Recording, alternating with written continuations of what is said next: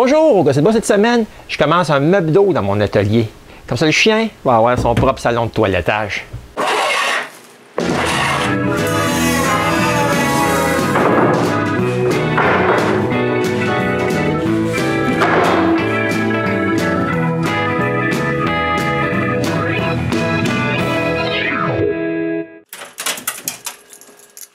Ça fait un petit bout que René me dit qu'elle aimerait bien que Laura ait son propre salon de toilettage, juste pour elle.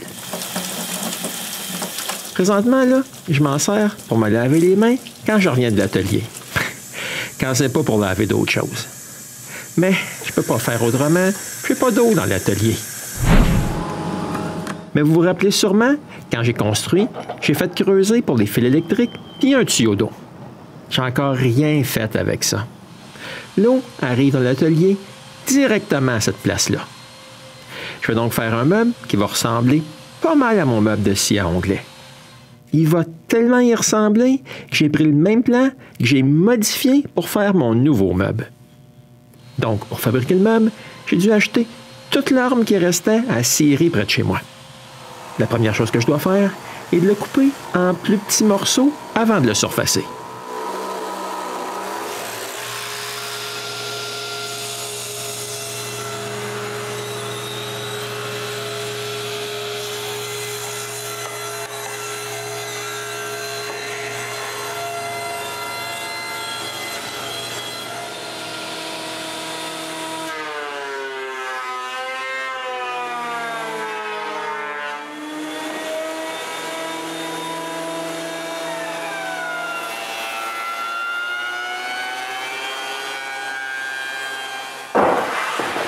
Quand tout le bois est surfacé, je vérifie avec mon plan, puis je m'aperçois là qu'il me manque un morceau de bois.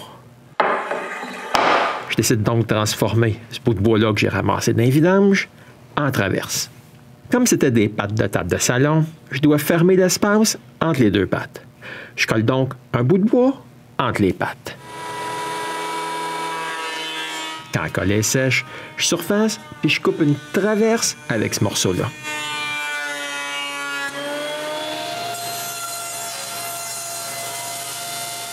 Après, je refais tous les autres morceaux de la structure.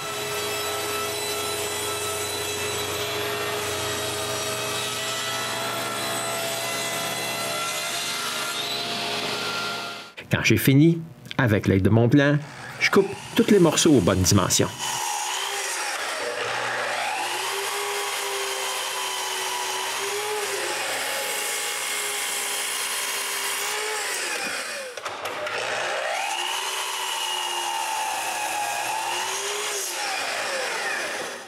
Il y avait pas mal de morceaux à couper. Mais quand j'ai fini, j'assemble un des côtés, puis je marque là où je veux tous les trous des mortaises, puis je les perce.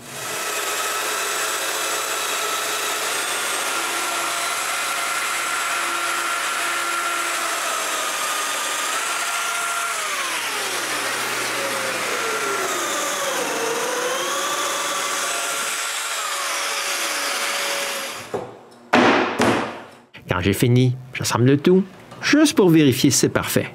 Puis j'en profite aussi pour identifier tous les assemblages, pour pas avoir de surprise plus tard. Après un petit bout, j'ai les 3 assemblages de fait. Mais je dois faire des rainures pour les panneaux qui vont être au centre. Donc, après avoir ajusté la hauteur de mes rainures, je les coupe toutes.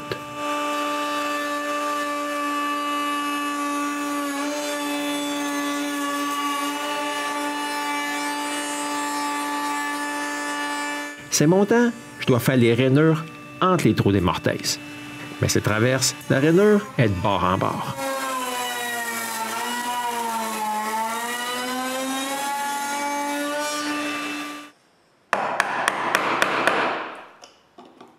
Après, je mets les bouts des rainures carrés ces traverses. Après, je peux réassembler le tout et mesurer la grosseur des panneaux. Quand j'ai mes mesures, je vais chercher une pleine feuille de contreplaqué de la remise, puis je la dépose sur l'établi.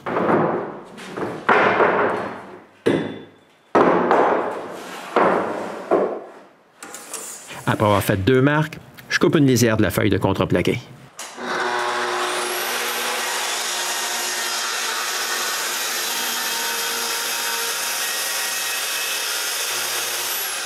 Ensuite, je coupe les panneaux aux bonnes largeurs. Maintenant, il faut faire des feuillures autour des panneaux pour l'épaisseur des rainures.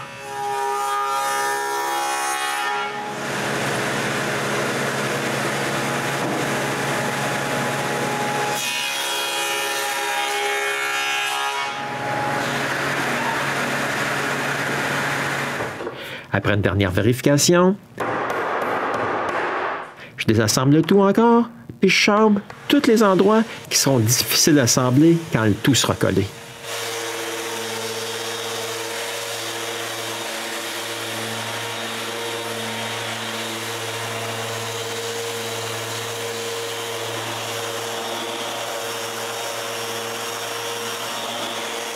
Parlant de collage, il faut que je colle les 3 cadres de côté.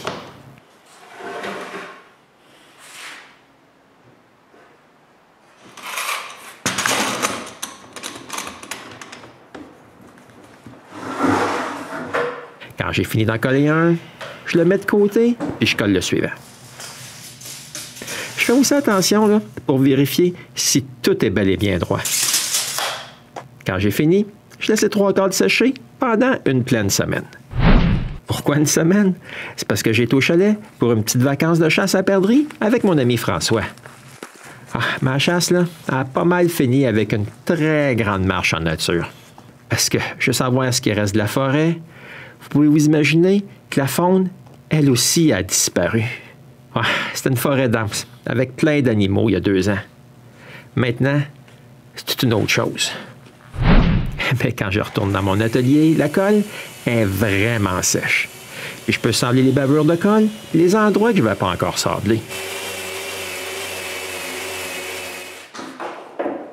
Ensuite, je soutiens les longues traverses de l'arrière puis du devant avec des blocs de bois, et je marque la position des mortaises avant de les percer.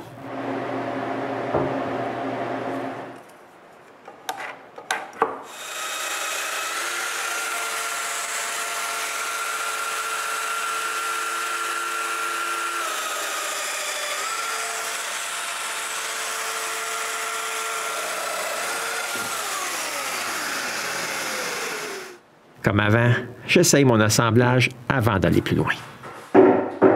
Après, je place le séparateur de tiroir, je marque le centre, je défais le tout, puis je perce encore des mortaises.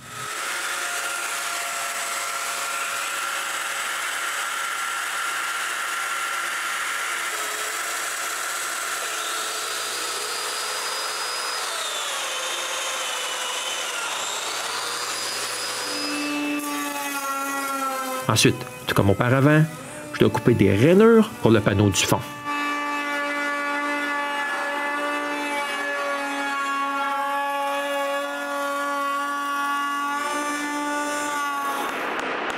Après avoir mis les bouts carrés, je réassemble le tout. Oui, encore une fois. Mais ça, c'est juste pour pouvoir mesurer les dimensions du panneau. Ensuite, je peux le couper.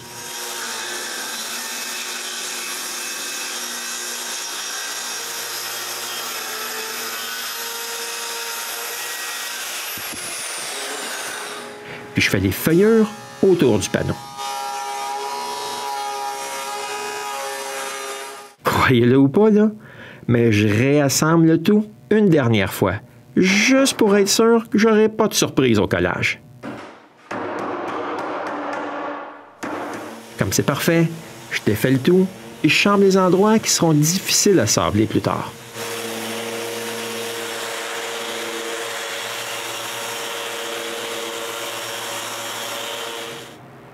Ensuite, je peux commencer à coller le tout ensemble. Comme c'est un assemblage qui va me prendre assez de temps, là, je fais comme d'habitude dans ces conditions. Et j'utilise de la colle époxy à prise lente.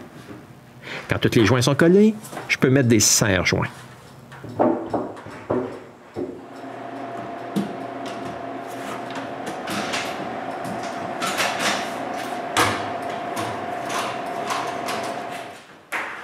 Le lendemain matin, la colle est sèche. J'ai besoin d'un peu d'aide de René pour déposer la section par terre. Après une petite danse, là, c'est sur le plancher.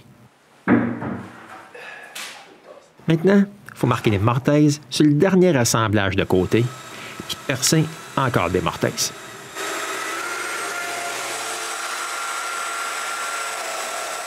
J'assemble ce que j'ai de fait ensemble, puis je le dépose sur ma première section déjà collée.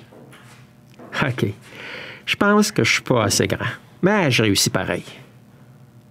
Mais quand je viens pour marquer l'emplacement des dernières mortaises, je m'aperçois que si je mets les mêmes tenons, je vais tout couper les autres que j'ai déjà collés. Donc, je vais utiliser de plus petits dominos pour cet assemblage-là. Donc, après avoir marqué leur position, je perce les dernières mortaises.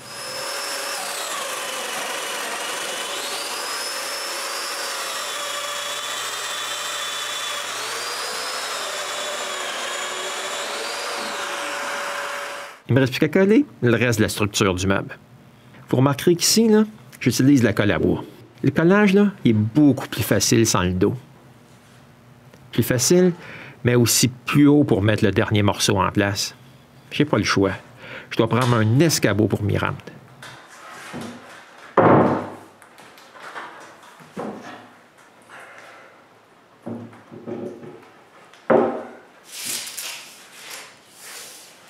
Après avoir mis les serre-joints, je vérifie si tout est droit.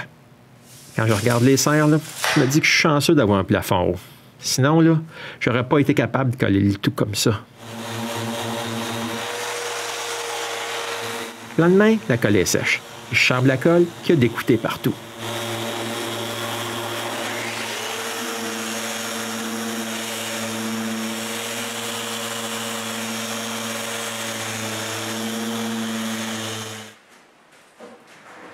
Mon semblage, là, il n'est pas encore fini. Après avoir mis le tout sur ses pattes, je peux plus facilement m'occuper de toutes les écritures qui se trouvent un peu partout sur les surfaces extérieures.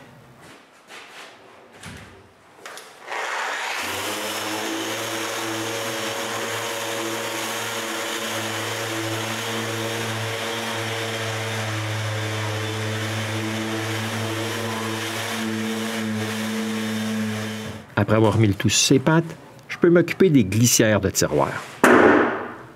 Pour pouvoir les fixer en place plus tard, il faut ajouter des lisières de bois sur l'intérieur des côtés. Je vais donc utiliser un vieux bureau que j'ai ramassé d'un vidange. Je commence par fendre les côtés du vieux bureau en lisière.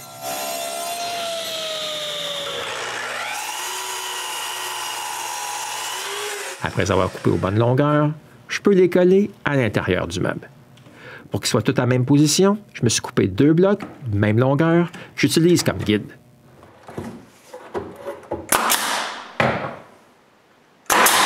Quand toutes les lisières sont collées et clouées en place, je peux installer les baguettes qui retiendront le fond du meuble.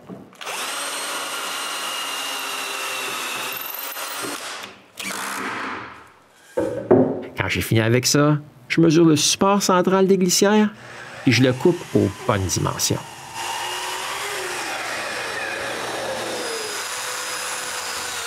Ensuite, je perce les mortaises et je fais un assemblage en forme de U avec 2 autres petits blocs. Pour pouvoir fixer mon assemblage en place tout de suite, j'utilise des clous pour retenir les dominos en place. Ensuite, je peux coller et visser le support central des tiroirs. Puis, je coupe les fonds du meuble. Et je les essaye à leur place.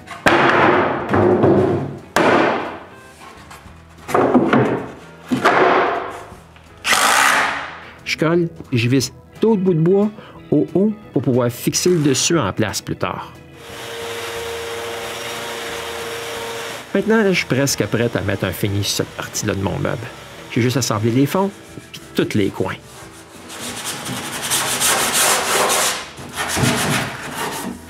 Mais ma construction, là, est loin d'être finie. Mais pour voir la suite, vous serez obligé de revenir voir le gosse de bois